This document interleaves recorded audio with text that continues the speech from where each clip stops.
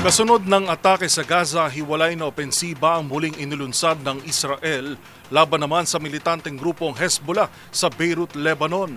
5 ang patay habang 28 ang sugatan. Ang mga balita mula sa ibayong dagat, tinutukan sa Global Headlines Report ni Arnold Herrera.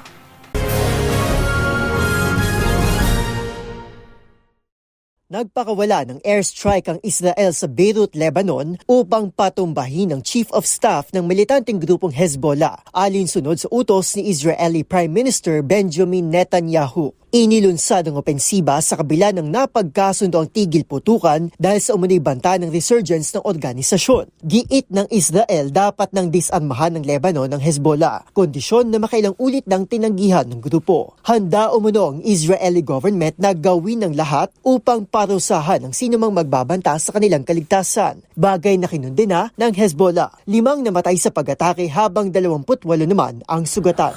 Sa iba pang balita, idinaan sa biro ni US President Donald Trump ang paglutang ng media sa paratang ni New York Mayor-elect Zoran Mamdani na siya raw ay isang pasista. Sinubukan pang magpaliwanag ni Mamdani nang i-cut off ito ng Pangulo at sinabing hindi raw nito dadamdamin kung sabihin nitong pasista pa rin ang tingin nito sa kanya, sabay tawa sa harap ng media.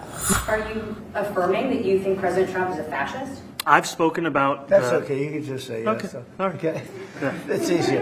Yes. It's easier than explaining it. I don't know. Naganap ang tila kwelang interaksyon ng dalawang pinuno sa kabila ng kanilang bangayan at pagkakaiba ng pananaw sa politika. Ayon pa kay Trump, nagkakasundo silang dalawa sa maraming bagay at pinuri pa ang kakayahan ni Mamdani bilang isang alkalde. Nanawagan si Pope Leo XIV sa pagpapalaya ng higit 300 estudyante at guro na dinakip mula sa isang Catholic school sa Nigeria. Isa sa pinakamatinding mass kidnapping sa bansa. Umapila rin ng Santo Papa ng dasal para sa kaligtasan ng hostage victims. Lunes nang maganap ang unang kidnapping kung saan 25 bata ang dinakip na sinundan ng pagsalakay sa isang co-ed school noong Biyernes. At yan ang mga balita mula sa iba't ibang panig ng mundo. Para sa MBC TV Network News, ito si Arnold Herrera. Una sa Pilipinas, una sa Pilipino.